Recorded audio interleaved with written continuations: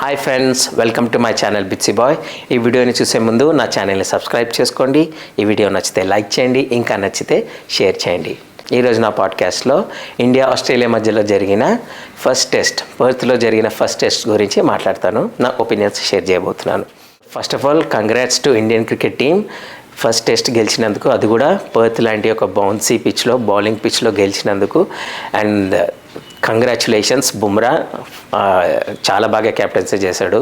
And very very happy that we are proud, అంటే proud feeling ఉంది బుమ్రా మన ఇండియన్ క్రికెట్ టీంకి ఆడుతున్నందుకు. And every day, each and every test మ్యాచ్లో, not only test match, one డేస్లో కూడా, T20స్లో కూడా అతను ఎంత ఇంపార్టెంట్ బౌలర్, ఎంత వరల్డ్ క్లాస్ బౌలరో మనకి చూపిస్తూనే ఉన్నాడు, నిరూపిస్తూనే ఉన్నాడు. So I'm very very happy for that. And I'm proud that Bumrah is playing for team India and is an Indian. And Rohit Sharma తర్వాత I think Jasprit Bumrah will be the likely captain of Indian cricket team. ఈ మ్యాచ్లో అతని captaincy చాలా చాలా ఇంప్రెసివ్గా ఉంది. Toss గెలవంగానే batting తీసుకోవడం అనేది it's a very bold decision. జనరల్గా అంత సెల్ఫ్లెస్గా ఆడాడు, అంటే ఎక్కువ ఓవర్స్ అతను వేయకుండా హర్షిత్ రాణాతో, నితీష్ కుమార్ రెడ్డితో అండ్ సిరాజ్తో వాళ్ళతో ఎక్కువ వేయించాడు. So that is a good sign. ఈ టెస్ట్లో ఫస్ట్ డే 150 ఆల్అవుట్ అవ్వగానే అసలు మనకు ఛాన్సే లేదనుకున్నాను.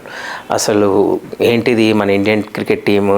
అండ్ ఆల్సో ఆస్ట్రేలియా కూడా కావాలని ఫస్ట్ టెస్ట్ పర్త్లో పెట్టింది, ఎందుకంటే బౌలింగ్ పిచ్ కాబట్టి మన బ్యాట్స్మెన్కి వీక్నెస్ ఉంది బౌలింగ్ ఆడడానికి అండ్ ఫాస్ట్ బౌలింగ్ ఆడడానికి అనేసి ఫస్ట్ టెస్ట్ పర్త్లోనే పెట్టారు. ఐటినరీ కూడా అట్లనే డిజైన్ చేశారు అనిపించింది.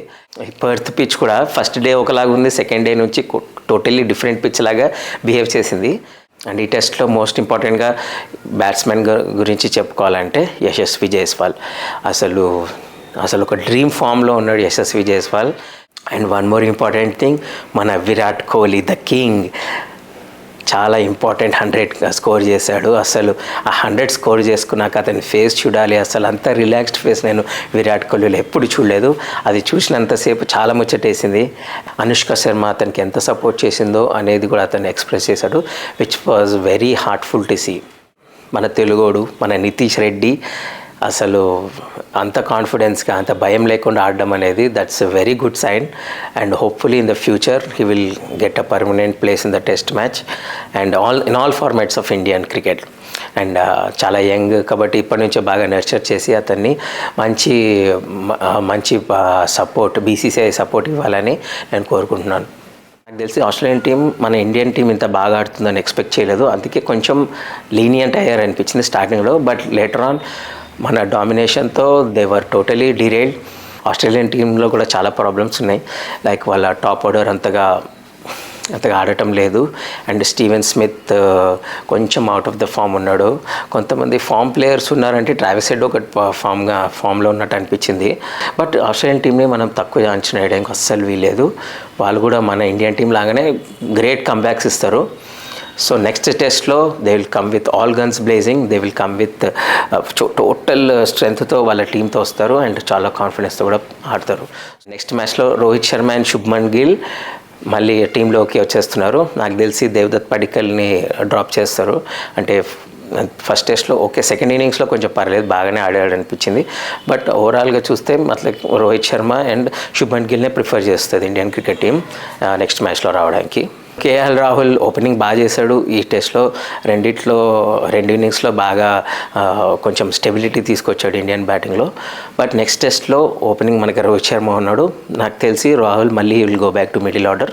సెకండ్ టెస్ట్ అనేది డే నైట్ టెస్ట్ మ్యాచ్ అడిలేడ్లో జరగబోతుంది. It's pink ball test match.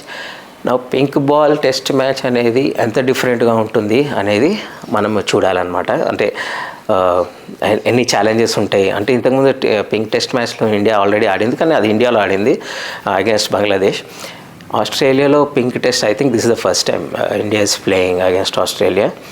So చూడాలి ఎంత డిఫరెంట్గా ఉండబోతుంది ప్లేయింగ్ కండిషన్స్, లైట్స్ కింద ఎట్లా ఆడబోతున్నారు అనేది.